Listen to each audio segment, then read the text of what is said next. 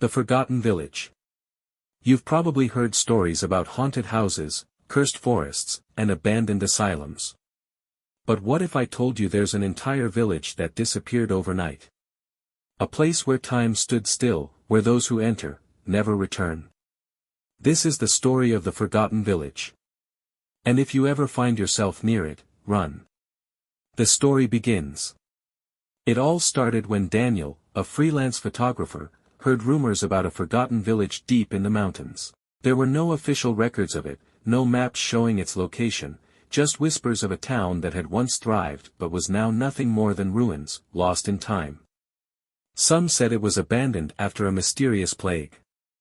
Others claimed the villagers simply vanished one night, leaving behind untouched homes, uneaten meals, and streets frozen in time.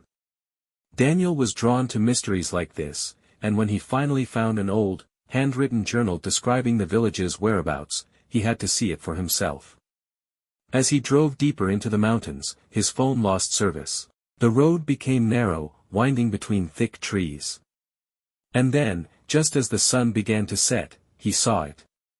Welcome to Raven Shade. Arrival at the village. Daniel stepped out of his car, camera in hand.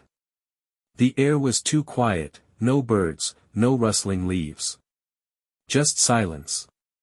He walked down the cracked, weed-covered road leading into the village.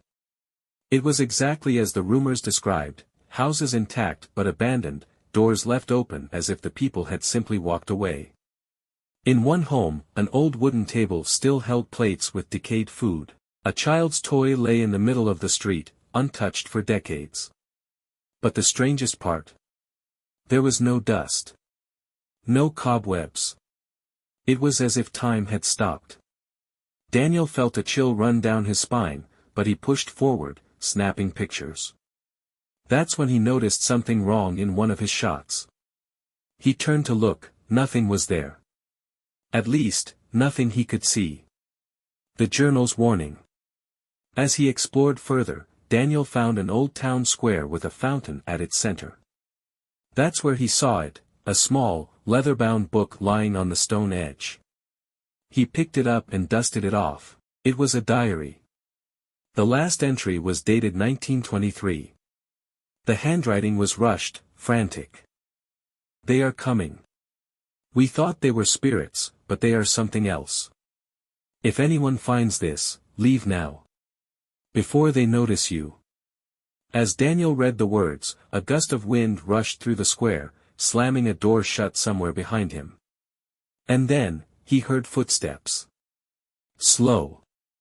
Approaching. The shadow figures. He turned his flashlight toward the sound, his heart pounding. That's when he saw them. Figures, tall, thin, with elongated limbs, standing at the edge of the village. Not moving. Not breathing. Just watching him. Daniel turned and ran. He didn't know where he was going, only that he had to get out. The whispers began then. Soft at first, but growing louder. Stay. Join us. A cold breath brushed against his ear, though no one was behind him. Escape. Or not. He reached his car, fumbling with the keys. Just as he slammed the door shut, he saw them again, standing at the tree line, unmoving. He started the engine and sped away, never looking back. Hours later, he arrived at the nearest town, shaken but relieved. He checked his camera, eager to prove to himself that what he saw was real, but every single photo was gone. The memory card was empty. No images. No evidence. Only the last page of the journal remained, resting on the passenger seat beside him. The ink had shifted, rearranging itself into 3 new words, "We remember you." Daniel felt frozen, his mind screaming at him to run, but his legs refused to move. Then, as if on cue, the figures began walking toward him. Slowly. Deliberately. Their faces were featureless. He stumbled backward, gripping his camera, snapping photos as proof. The flash illuminated their distorted forms, but with each picture he took, they got closer. The end.